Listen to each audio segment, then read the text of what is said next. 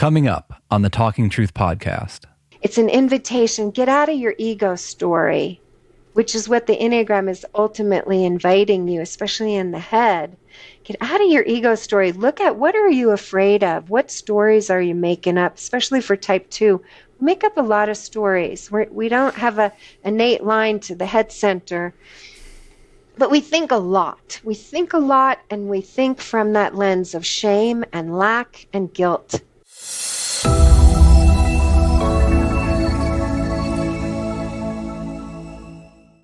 All right, welcome to the Talking Truth podcast. My guest today is Nancy Markow. A little bit about Nancy. Nancy is passionate about the Enneagram, yoga, meditation, spirituality, and metaphysics with nearly 30 years of studies and practice. In 2006, Nancy founded Connecting You with Yourself, a now free online community offering a place to learn, share, and participate. You can learn more about CYWY, all that is available to you, and how you can be part of the community at connectingyouwithyourself.com. Welcome, Nancy. Thank you so much, Elliot. Thanks for having me. Thank you for being here. I'm really excited to get into a lot of facets of the Enneagram and also a common shared interest of ours, yoga with you today. And just as a little matter of announcement here, in case I forget it towards the end, Connecting You with Yourself is truly kind of a community platform. I'll be excited to be doing a presentation on that platform a little later in November. And I think perhaps naturally in our conversation, we'll be able to talk about some of the points that are going on there. And I think later in this podcast, I'm hoping to talk with you about, your approach to teaching and sharing and guiding the Enneagram and how you weave in some of those other interests with it. But I think as a starting point, I'd like to go a little into how you came upon the Enneagram, what your personal experience and your journey with it has been. I know on the bio on your website, you go into that a bit, but I thought that there's a couple interesting points you make there, or tangents that we might be able to explore a little bit more. So if you could catch everyone up to speed with that, that would be great. Sure. Thanks, Elliot. Well, like I said, it's been just almost 31 years. I lose track a little bit on the first time I started. And I came into the Enneagram looking for a parenting tool. My now grown daughters, were in middle school. And one was very popular and one was very studious, and they were both coming home crying every day and mad at me. And I was seeking, what am I missing here? How can I turn this around? It was very troubling for me to have this disconnection. And a friend suggested the Enneagram. She was an Enneagram teacher trained through the narrative tradition. And we traded meals for training. And she would come to my house and she would have dinner. And around the dinner table, she would teach us about the types and about the components of the Enneagram. And over time, she helped us each to find our type. And then the work started. The work was really for me to see me. I wasn't expecting that so much. I was looking for a parenting tool, like something outside of myself. But the Enneagram really helps us to look at, what am I doing? How am I thinking? What am I feeling? And it gave me guidance into also, what were my daughters thinking? What were they feeling? What were they doing? And the advice that Maureen gave us, Mo, she went by Mo, Murphy is her name, and the guidance that she gave us was instantly helpful. It was magical. And it really had a lot to do with me doing things differently. My oldest daughter identified at type 8, and she had a lot of stress and was responding with anger. My younger daughter identified very young at type 9, and she was detaching and not wanting, like she would say, "Mom, drop me off 2 blocks before my friend's house." Oh, sure. That was like, but the advice in very simple terms was, don't be afraid of the anger. From the type 8, they really need reassurance that they can trust you, to reach out to her, to hold her, instead of punishing her for her outburst, to encourage her to move into the softness of the heart, which she has a huge, huge heart. And then for my younger daughter, I was being really intrusive, which was causing her to be more rebellious. And it was about giving her space to process, let her close the door. That was so not intuitive for me. I felt like I needed to open the door and, be involved with her. So, long story short, came into it for parenting. Stuck Awesome. with it. Beautiful. Thank you for sharing that. That was a particular point that I know you mentioned, but didn't expand upon as you just did there, which I really appreciate, because the parenting use of the Enneagram was not necessarily how I came into it, but it's what I find myself in the midst of right now, particularly just getting engaged, moving in, and all of a sudden I find myself as kind of the stepdad of a 15-year-old and a 13-year-old. So of the many uses I found for the Enneagram, parenting kind of feels like just the next logical place to take it. And it really involves, it can't be just a one way. I mean, it really is helpful if they will engage and give you an idea of their lens, and then letting them see, this is my lens, these are my fears, and really being vulnerable with it made the biggest difference. That is a big takeaway for me, because I think as a 5, it can be easy to sit back and diagnose and explain what's going on and explain the system and all that. But perhaps explaining why I'm even drawn to do this in the first place and what can be gained from it would certainly be a useful thing. But so all right. Thanks for that. So let's see if I understood just kind of correctly. Maybe you were sharing that with the 8, the strategy was kind of, would it be that at first there was anger, and then it would be a response like, don't talk to me like that, or something like that. And then instead giving the space for the anger and recognizing the needs or the emotions beyond that and kind of reorientating things. Yeah, seeing the anger as what it is for the 0.8 people. When the anger is expressed so outwardly, it's telling you they're in a lot of fear. They're not trusting. They're frustrated. She was very frustrated as the very studious type person that she is, and she was seeing a lot that was not right. Eights really are about truth and bringing, forth. Fairness is the word for 1, but justice is certainly is the word for 8. And so she was coming home very frustrated. Kids in middle school are a little crazy, I think. The hormones are going, and there was, things that just weren't right to her with her friends, with the school, with the policies and stuff. And it was just assuring her, and it made such a difference. I'm on your side. You can trust me.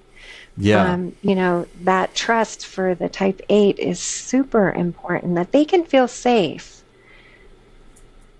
Great. And that she could share all her frustrations. This is so stupid. And that would be a safe space, instead of me responding, don't yell, go to your room. That disconnection was the wrong parenting technique, and that's what I was doing. I was saying, when you can calm down and talk to me calm, then you can come back. But really, I needed to just allow her this space to expel, and then she felt trust, and then we could talk, and then we could be close, and then we could have good conversations, and she'd feel better and I felt better, and it's a big difference. Yeah, that totally makes sense, because you don't want to shut down that gut Energy. intrinsic sense for what's not right, and no matter how young. I think that's Yeah, and on exactly. the flip side was the 9. The next number over, which is so, they share such opposite traits. She wanted to say nothing, like she just came, kind of snuck in the house, like she you could miss that she came home, and she would go to her room and shut the door, and so opposite, and needed the complete opposite. She needed, not connection. She needed disconnection to process her day. And then I didn't believe it, but in truth, when I gave her space, she did come out, and she was a lot more willing to connect than if I was like, well, how's your day been? Tell me about your day. I'm going to sit here on your bed. I'm going to make you keep your door open. So very different parenting styles, because the Enneagram tells us there's 9 different lenses. There's 9 different needs, 9 different fears. Yes. Great. So I think it's just heartwarming to see, you talk about how just the magical, transformation of these relationships with your daughter, and the Enneagram almost just sounds like it provided the perfect key to, growth and transformation and family and all that. And maybe we have a fairy tale ending, but I think there's another aspect of your bio that's worth discussing, which is, you're raising these girls with your husband, and you say in that bio, my ex-husband and I gained clarity about each other. Well, not ex, sorry. You say my husband and I gained clarity about each other that we never found in counseling. So again, it just seems like the Enneagram came in and, again, happy ever after. But in the bio, we learned that marriage then ended. You got divorced. And now you say in your new marriage with your husband, the Enneagram has been a huge support in building our loving relationship. And without the Enneagram wisdom, our personalities would have sabotaged our happiness. So I think that aspect of your story and your bio also gives us an interesting talking point about just exactly what the uses are and what the Enneagram can do for a relationship, and maybe how to approach it. Because I think our first, if we come, I just got to figure out my type and then I'm going to get the answers. Our first, inclination might be to just, well, if I'm this type, what type am I most compatible with? And I think if you spend enough time in Enneagram communities, almost no one would tell you to use it that way. But you can certainly still find websites that kind of play to that game. And it's a misunderstanding. It really is. Yeah. Personality is complex. We're complex. Certainly. But then I think there's also a more common thing that is said in response to just, what type am I compatible with, that maybe also doesn't fully give the same picture, which is this idea that, well, any relationship can work so long as both types are healthy, which then also, might say, okay, well, I know my type, you know your type. Now let's get healthy and let's make this work.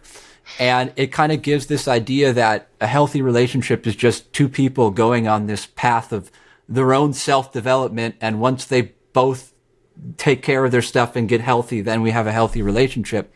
But, I think you're kind of maybe qualified, interestingly, to speak on that, how the Enneagram transformed one relationship, but still nonetheless that relationship had to end.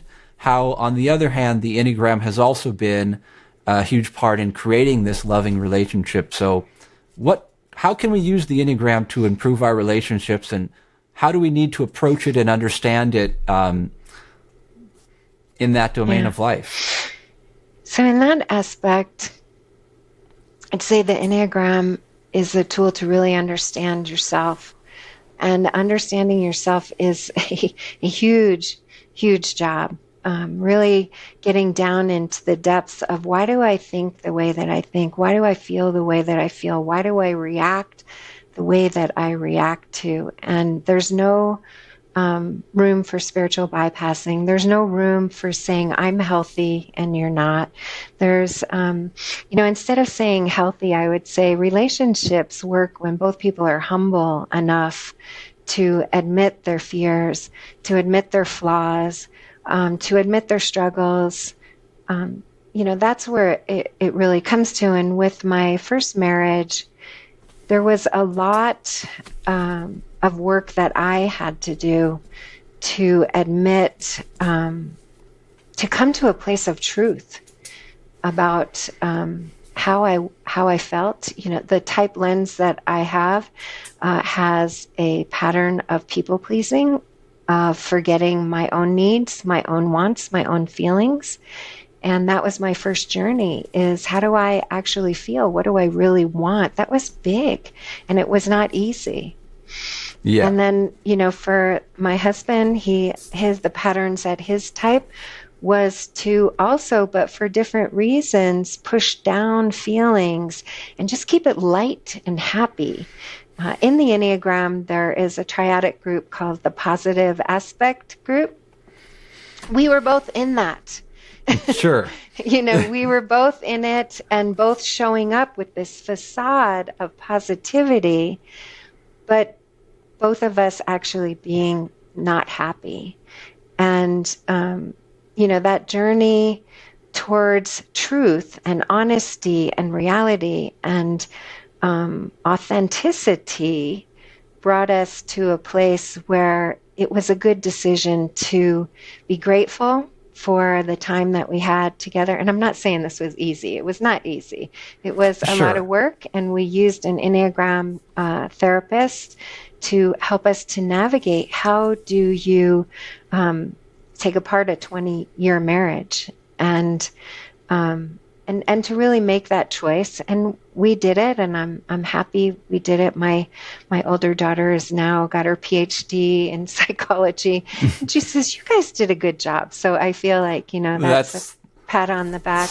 It's a nice testimonial. Yeah. Yeah, we're amicable. My granddaughter's birthday, my ex-husband and his wife come, and we all celebrate together, and it's a good time. And my husband now is comfortable, and so that's really good. And then in my marriage now, I don't want to paint it as a fairy tale. Relationships are complicated, and the Enneagram just gives you such clarity that can be really hard to face. But if you're willing to do the work, it shows you your fears. It shows you your patterns. It shows you in the Enneagram. All right, so we had a little bit of a technology glitch there, and it's funny how you can practice, and we met in a room and made sure everything was working flawlessly, but when it comes time to do the real thing, you get life happens. You were certainly talking about your experience with the Enneagram, in two different relationships. And I think the big takeaway point of it was that the Enneagram is moving you to uncover your truths, to uncover your fears, to learn what that means, and to kind of reorientate it away from, these personality fixations and fear-based motivations. And I think in one case, two people going through that process and uncovering their fears and learning what's truly true for them looks like an amicable divorce, that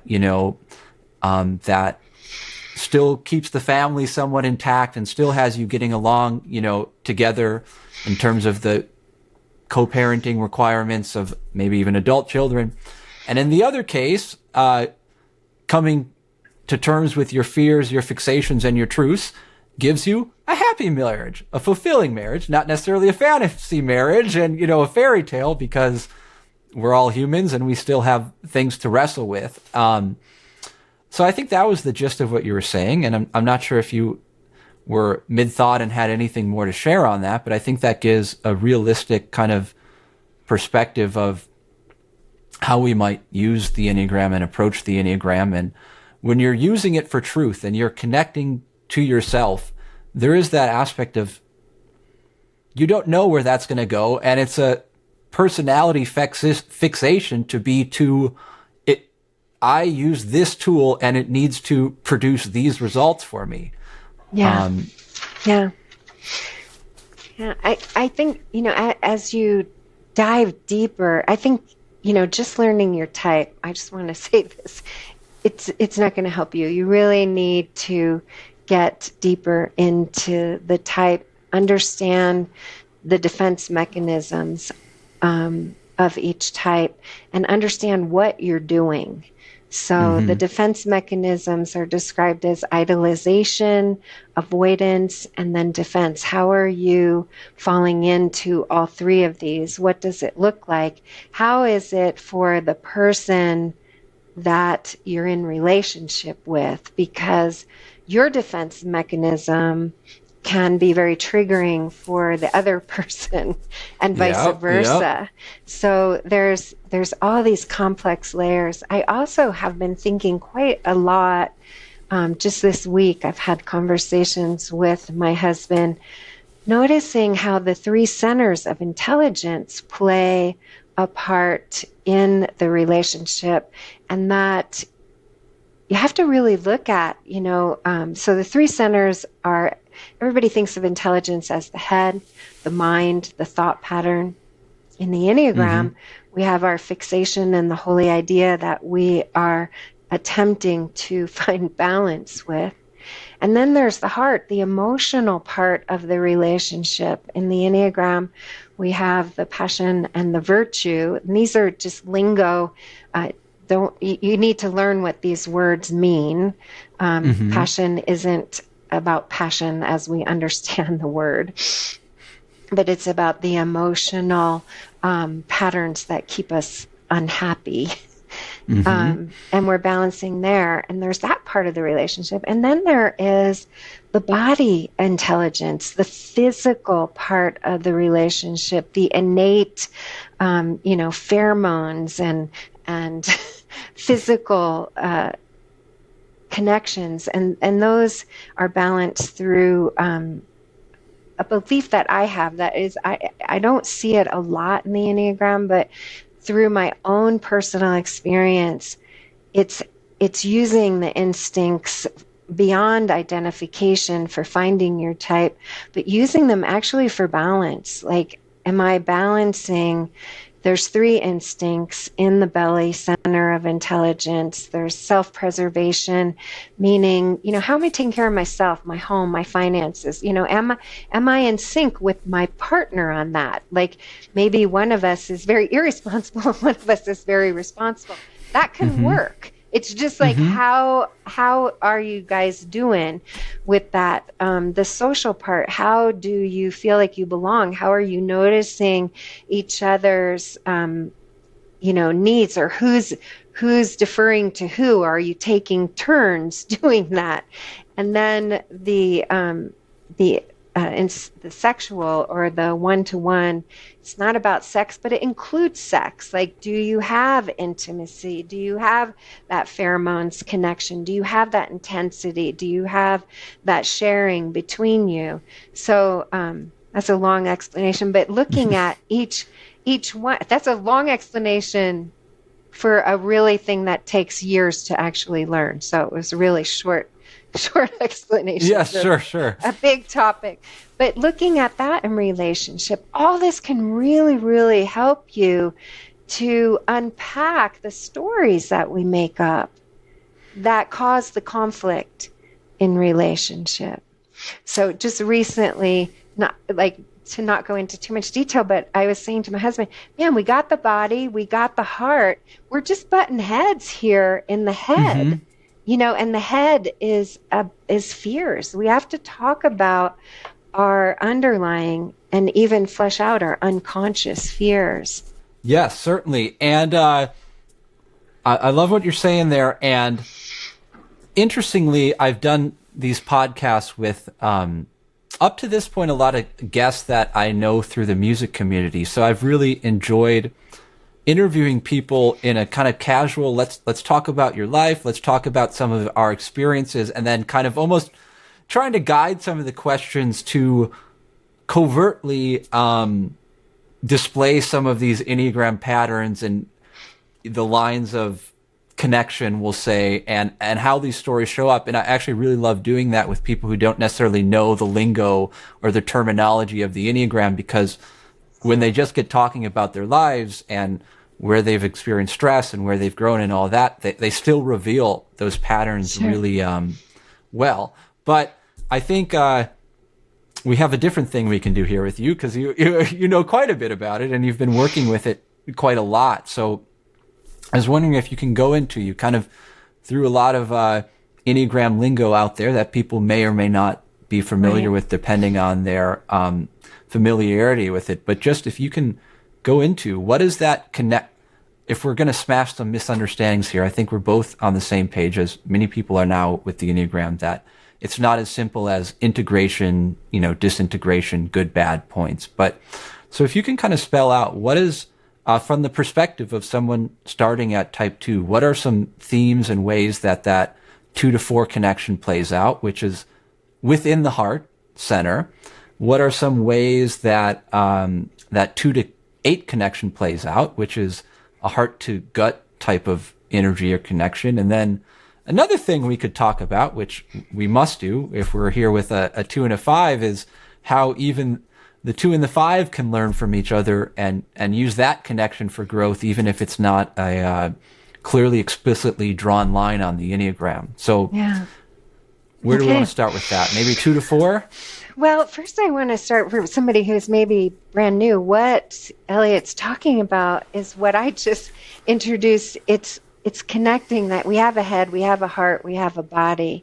And these lines are in the sacred symbolism that help us to have a head, have a heart, have a body, regardless of our type. My personality type's home is in the heart center. And I connect with 2 other types in the heart center, meaning I have a lot of strategies around feelings that include things that contract me, that are shame, lack, and grief. Like I have a natural focus on that lens. And the way out of that lens is through, for the type 2 specifically, starts with self-love. And then it goes to self-value. And then it goes to self-acceptance. And at point 4, when 2 moves to point 4, you can integrate or disintegrate. And that means, in regular language, you can use the wisdom that is innately in me. I can use the wisdom that is innately in me. I have 4 in me. I connect to it via a line, but in truth, we have all of them.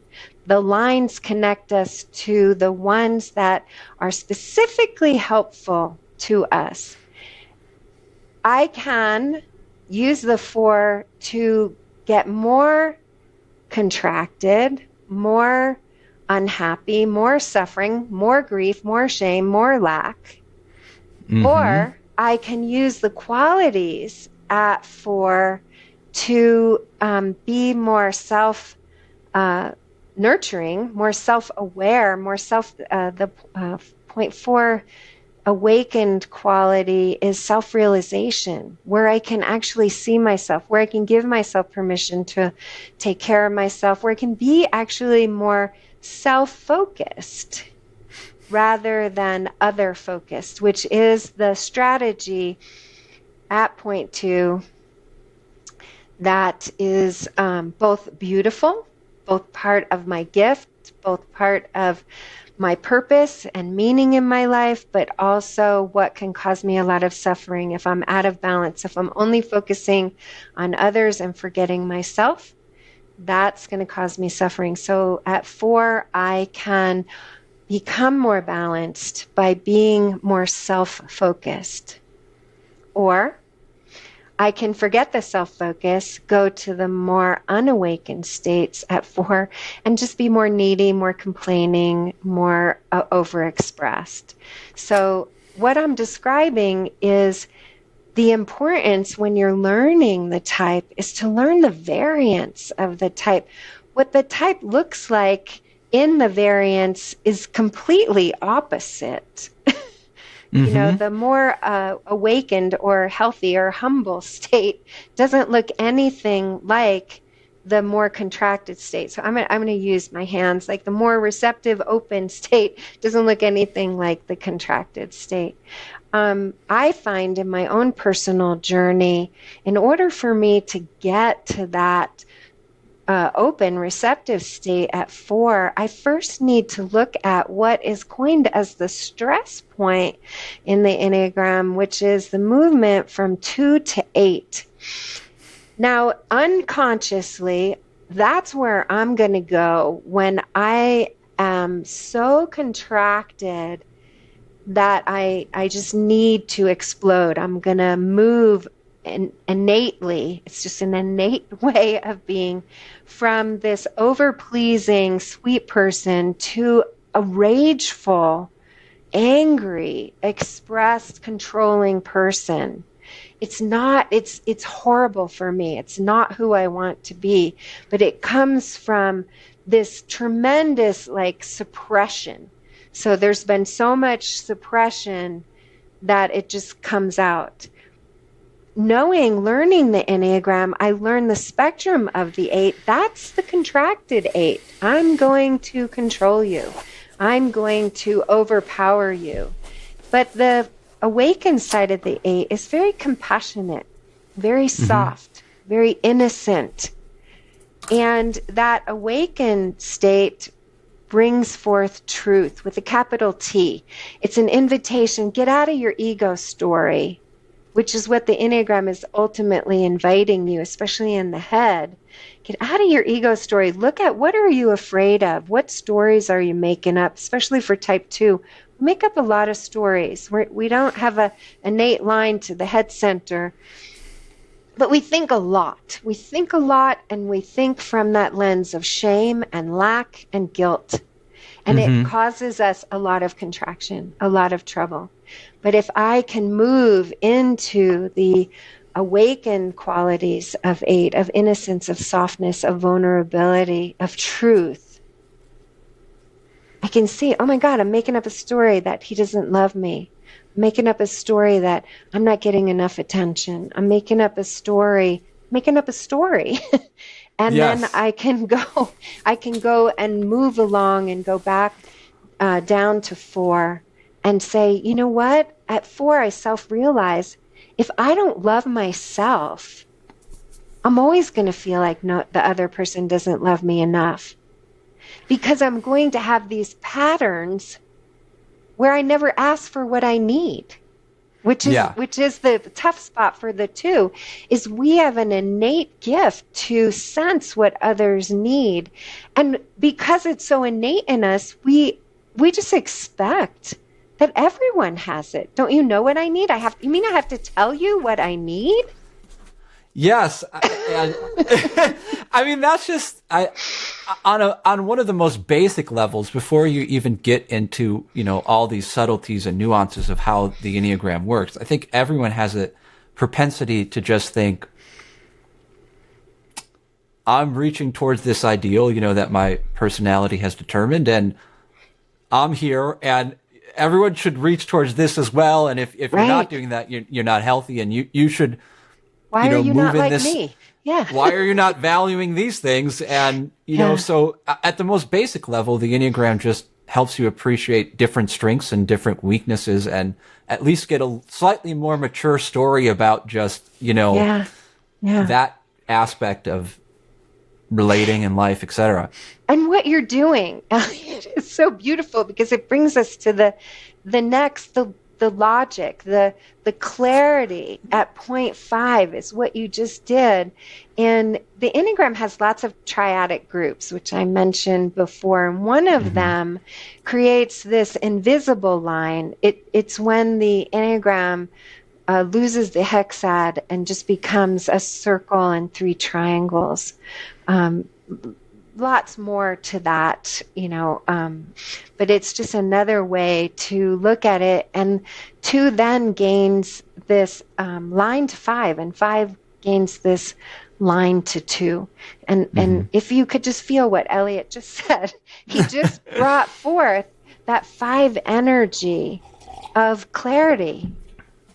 Well, I can't help that. Yeah, that you can't help right. it, because that's the point. Like to understand that we each have these beautiful gifts that we bring, and they're not supposed to be the same gift. Because the 9 gifts creates the wholeness, the puzzle. All 9 perspectives honored, respected, and awakened is the word, my latest word. I don't like healthy anymore because it just makes too much. I've seen too many people go, well, I'm healthy and they're not. And that, to me, that's spiritual bypassing. That's not healthy to say that. Yeah, certainly. Yeah, I've thought I don't want to go on that tangent, but I hear you on that. Yeah. The best word for it.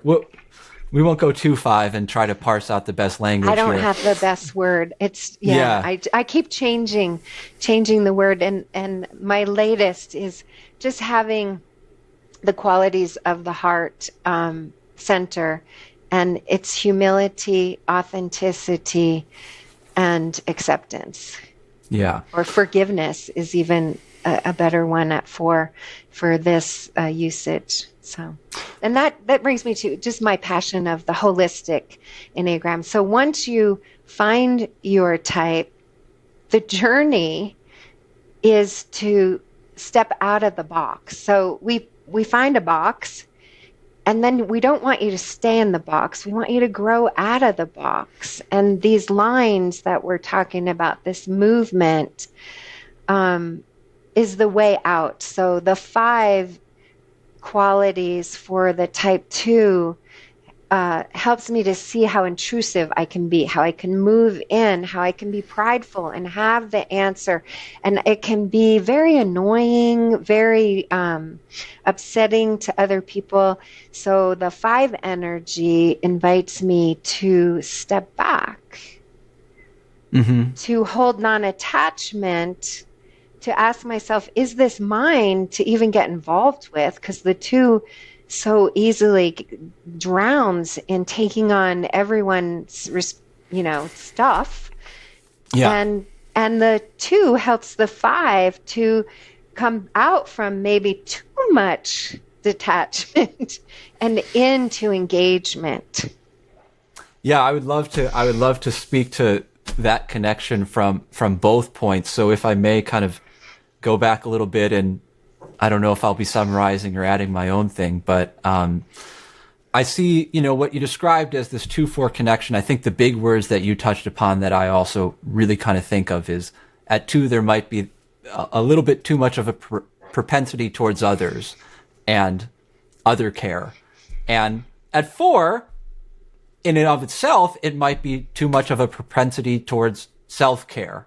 And I got to take my bubble bath, and I got to listen to my favorite music, and then I got to do my art program. And then, after I do all these things to kind of maybe feel good, maybe I can start doing so. Anyway, so I think it's you can see how getting a little just more in touch with yourself and caring on just a basic level kind of tips the scale and feels good for 4, or for 2 to 4. And then on 8, there's a certain assertiveness and a certain sense of healthy boundaries and, cutting to the chase and just, feeling what feels right and being able to speak on that behalf. And those can be highly transformative and growing for someone who's very strongly stuck in that 2 pattern of just, do they love me? Do they care? What do they think? But I think the story, again, it's not really complete there. It's not complete at just, I'm a 2 and now I'm getting this 4 thing and now I'm getting this 8 thing. And I think a big thing you spoke to was these rejection stories and these stories about taking things personally and all that. And I wanted to share there another thing. This will kind of dovetail with the presentation that I want to do for your group here coming up here, which is really about trying to create a cohesive framework, a psychological, spiritual, and maybe even metaphysical framework, and an understanding of personality and the Enneagram and how we can really use it as a tool. And maybe one way to do that on a practical level, talking about the 2 to 5 connection in light of the rejection stories, is we both have an interest in yoga and whatnot. And also the symbolism of the Enneagram starts with that circle, representing non-duality or wholeness or the underlying unity of reality. And then how do we understand, if the Enneagram is all about our personal stories, right?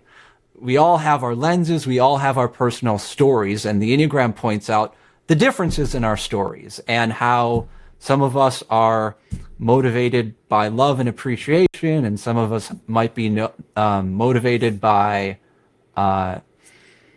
control or knowledge, competence, whatever. Those are all different contents to our stories that we tell ourselves and we get wrapped up in. But the Enneagram is really effective, I think, at pointing out that the fundamental shared ingredient to all of our stories at the end of the day is fear and desire. And that kind of brings you into that spiritual territory where, whether you look at Eastern teachings or even the West and things like God is love, fearless love, so many spiritual paths say it in one way or another, that the essence of spiritual life and the journey and understanding yourself comes down to this tension between fear, desire, and love.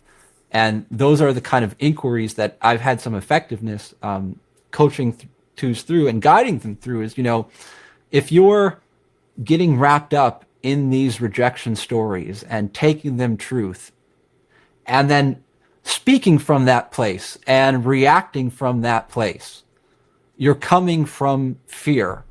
How do you ever, at the end of the day, expect for putting all this fear out there and expecting to get that love in return?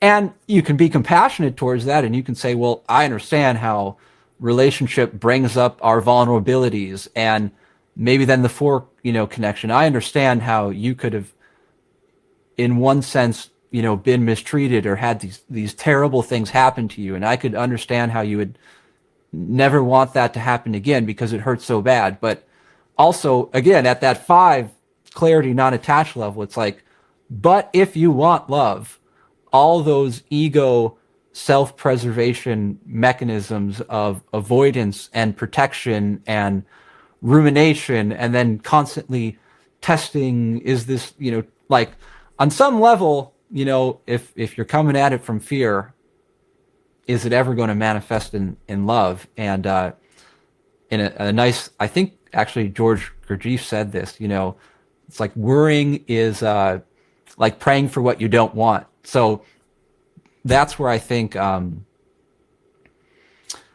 5 can bring that clarity to these patterns. And again, I've seen that be effective for really, like, okay, if I want love, I got to start manifesting towards that and not these fixated fear patterns of the personality.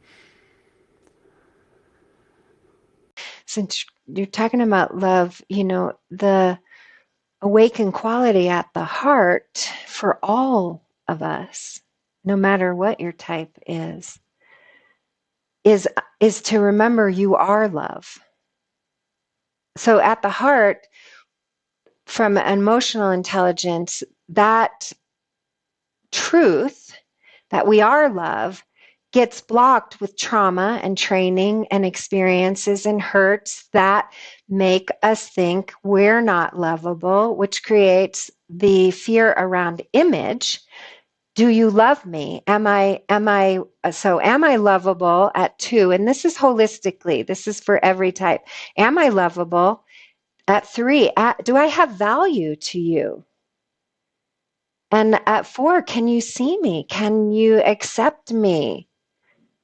The 4 has the lens, something's always missing. Am I enough for you?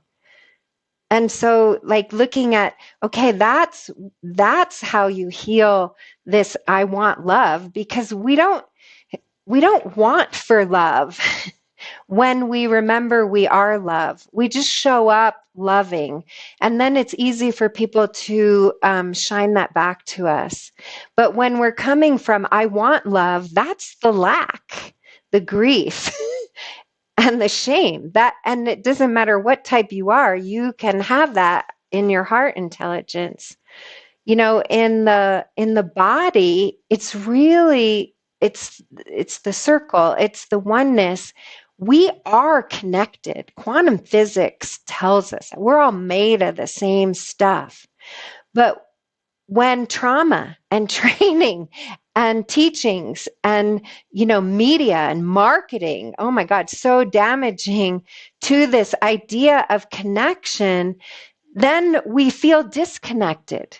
We feel like we don't have a place we belong. We don't have a community. In truth, we are innately connected, but we have forgotten.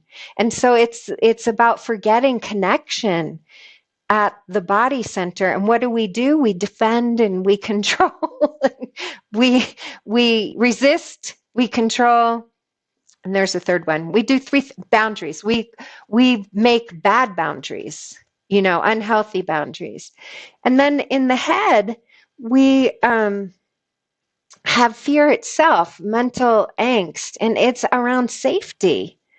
We've forgotten that we are innately safe when we remember inner guidance. 5 is this clarity that you speak of. 6 is literally inner guidance. And 7 is presence, having the presence to allow, what do I actually know? And that what I actually know is I am love. What I actually know is I am connected at an innate level. We have this, and it just gets covered up with trauma and training, which creates our lovely personality, which the Enneagram then helps us to peel away. This trauma and training, to see it as what it is, its experiences. It's not who we are. It's sometimes really horrible experiences. Really. I mean, people can have really bad stuff happen to them, but it doesn't change the fact that they're whole. The law of one. They're not damaged. They just have this layers of stuff that's contracting them instead of allowing them to move on, to keep living, to allow a new experience. They'll repeat a defeating pattern. And the Enneagram captures all this. I mean, the more you go into it, you can identify these defeating loops. You can go into the defense mechanisms and see that. You can explore what you just brought up. And I'm so excited for you to talk about, Elliot, is, the fears and the desires. When you can see, oh my God, this is my fear and my desire. Is this applicable to right here or right now? Or is this just running? Is this just running because that's this innate neural pathway in my head that was created by experiences, training, trauma, societal norms, stuff that actually can even be on a DNA level. Yeah, certainly. So you said even there, another thing that, again, I can't help to see the kind of yoga, Eastern wisdom overlays with the Enneagram, and you used another metaphor there, something to the idea of peeling away the layers. And I know in yoga it's popular to use the analogy of peeling away layers of an onion and whatnot. So I was wondering if, and again, all these connections, the 3 centers of intelligence and whatnot, it's actually somewhat surprising to me. There's a very well established Enneagram Christian community of finding these overlays between Christianity and the Enneagram. And it's actually somewhat surprising to me that maybe I haven't come across it. I know there are certainly people doing it, but I'm somewhat surprised that it's not more popular, or that the Enneagram hasn't made its way even more deeper into aspects of more traditionally Eastern meditative, contemplative yoga type of practices. But you're certainly someone who is making some of those connections, and I think you've done it a lot here, somewhat without necessarily calling it out verbatim or explicitly. But I was wondering if you can take some more time to just go into a bit about, you've been involved and interested in yoga for quite a long time too. So how do you see those connections, and how do you teach them or work with them? I see them everywhere. And the reason I do is because I have to go back to, I don't see the Enneagram as something. Like the Enneagram isn't a thing. The Enneagram is a collection of knowledge. So I don't even have to look for other teachings. They're there. Like yoga is there in the asanas, in the breath. The Enneagram is in yoga, in the asanas, in the breath. And it's just when you're in the pose, where do you see the overlay, the intersection with what you're doing? I was talking to, I see a lot of people who overlay Enneagram and yoga, but that's just my world. But I was talking to Libby, who has been a speaker on our circle, and we were talking about poses, and she was looking at poses, the asanas, through the lens of the desire and the fear. I don't do that. I look at the poses through the essential qualities and the essence and the holy ideas and the virtues. And we were just laughing, like it's so applicable. It's not one is right or one is wrong. It's just, where are you seeing, the thread? But the basic work is the same. In the Enneagram, you start out point 8 holistically. If you start out at point 8, you can start out anywhere, but surrendering. And what do you have to do in yoga? You come into the pose, you surrender, you engage at point 9. What are you doing in yoga? You're engaging with your breath. You fall into serenity. You hold the pose without resistance. Then when you're holding the pose, come into your heart. Nurture yourself. If you need to drop out, don't hurt yourself. Like, be aware of yourself. Point 2, self-nurture. Point 3, be authentic with your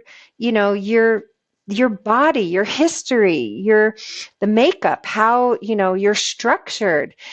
Point 4, forgive yourself if you have to adjust and modify, do something different. Point 5, bring in consciousness. Point 6, be awake in the pose. Get back in, try it again. Have the strength, challenge your strength, use your inner guidance.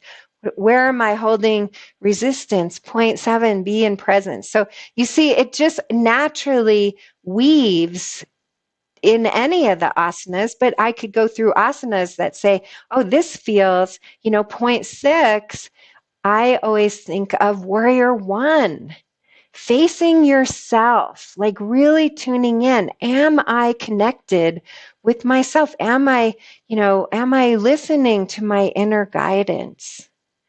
Warrior 2, how am I doing in relationship to others? Moving, I can move around and talk about that, but go ahead. What were you going to say?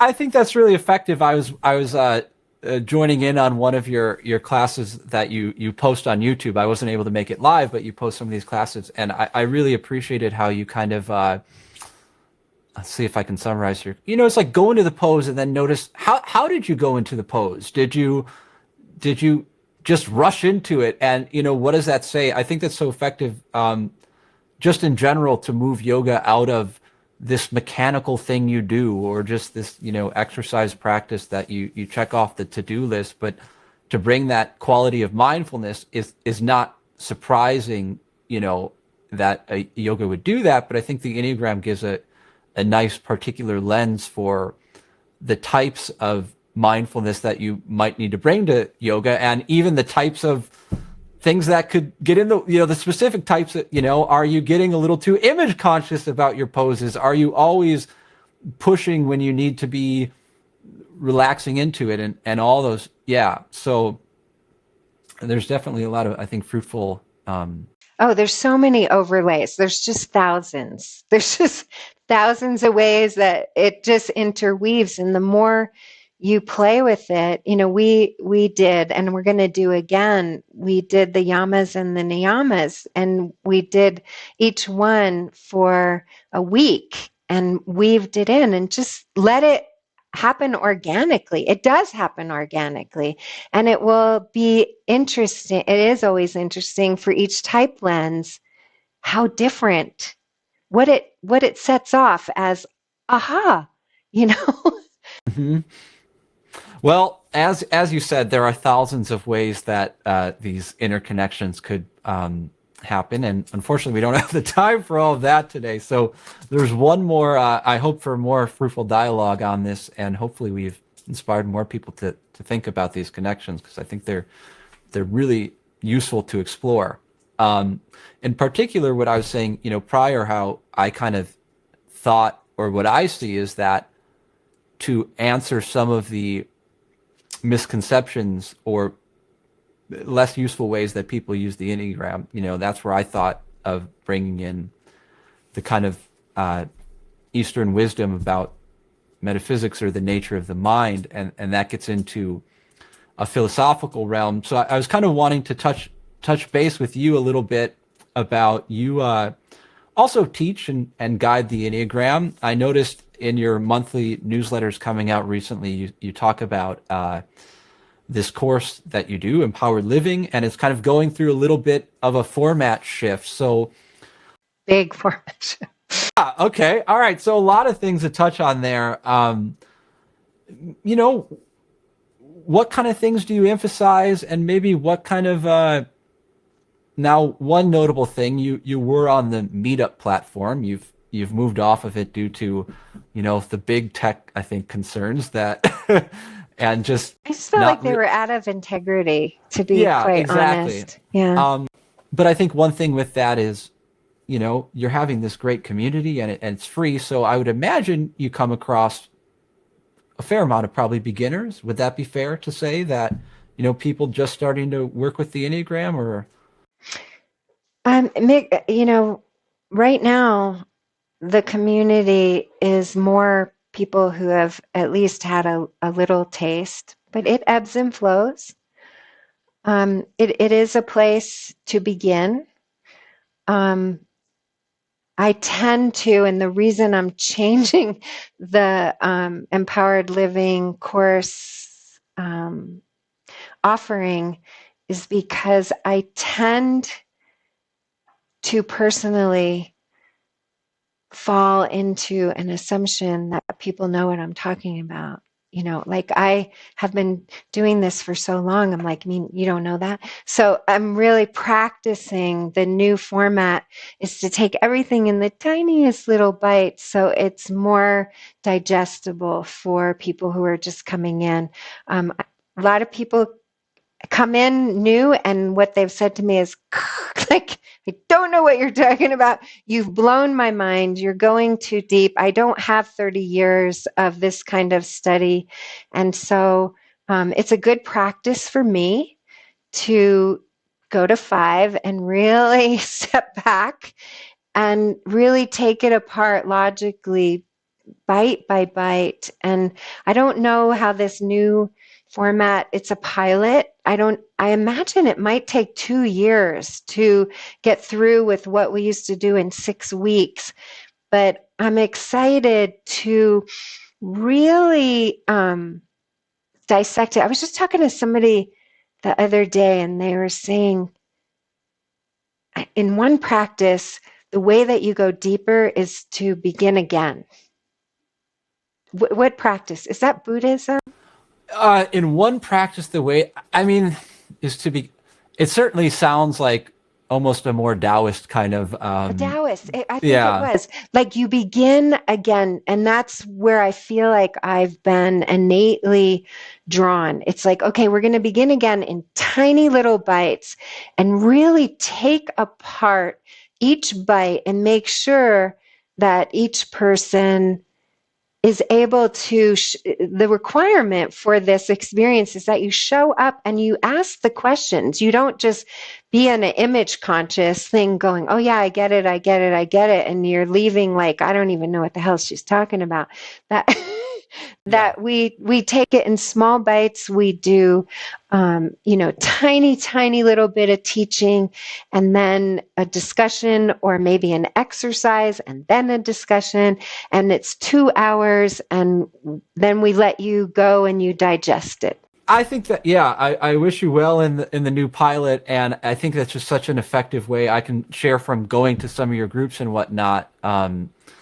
You can't get too much stuff to just fill your head at once. I think you really need to have that time to reflect and see how it's personally relevant and work with it over a period of time. And I think another point that's so important and that your group offers is just having this experience with other people and living people and not just a book. And I remember a great time I was in one of your groups and we were talking about the awakened like qualities of each type or whatnot, where each person of a type got to reflect on that. And we got to point 7 and the person just kind of said like, well, I don't really think I'm awakened, so I can't really speak to that. I don't have any awakened qualities or something like that. And the beauty of it was it kind of perfectly displayed that kind of, innocent, lighten the mood of 7. And that's the thing, you can read that, 7s have this carefree, lighten the mood kind of energy. But to really talk about the Enneagram and experience it in a group and see it get lived out is a really powerful thing that you can't get from another way. So, right. Well, and Gurdjieff said, we can't do the work alone because you can't, and Gurdjieff also said, you can't fix ego with ego. So we need the challenge of the 9 or the 8 other lenses in order for us to remember the truth. Yeah. The wholeness. Certainly. Yeah. Well, Nancy, there's so much that I wish we could have gotten to or talked about, but that seems like kind of a natural, thank you for talking today and sharing your Elliot. wisdom. And I'm looking really forward to presenting in this group. And it is really a community in the biggest sense, right? I know you're looking to have other people share their wisdom with it as well. So yeah, I'm really excited. The feedback has just been coming in very, very quickly. My awakening, my own awakening was that, what do I want for this group? I want this group to be beyond me, to be more than me. And just today, Kelly Benga, who is another person who's a member of the community, but he's been an active presenter.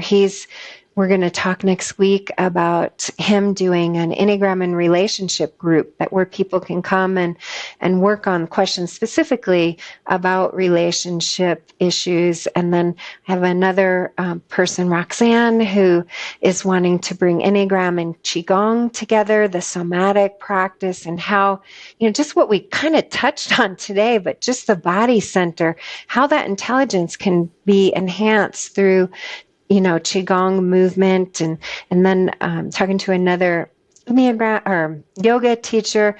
So my goal here that I'm playing with is if I drop dead, the group maybe will continue in this vision of, it's not about it's people can promote what they do professionally, but that it is a place where there is no limitation from economical status, that you can have a place where you belong, where you can contribute, where you can learn, where you can participate, where you can seek, that is free. And that excites me. And I am so grateful that I am at a place in my life where I can do this. I could certainly charge, but I don't need to. So why would I? And that makes me happy.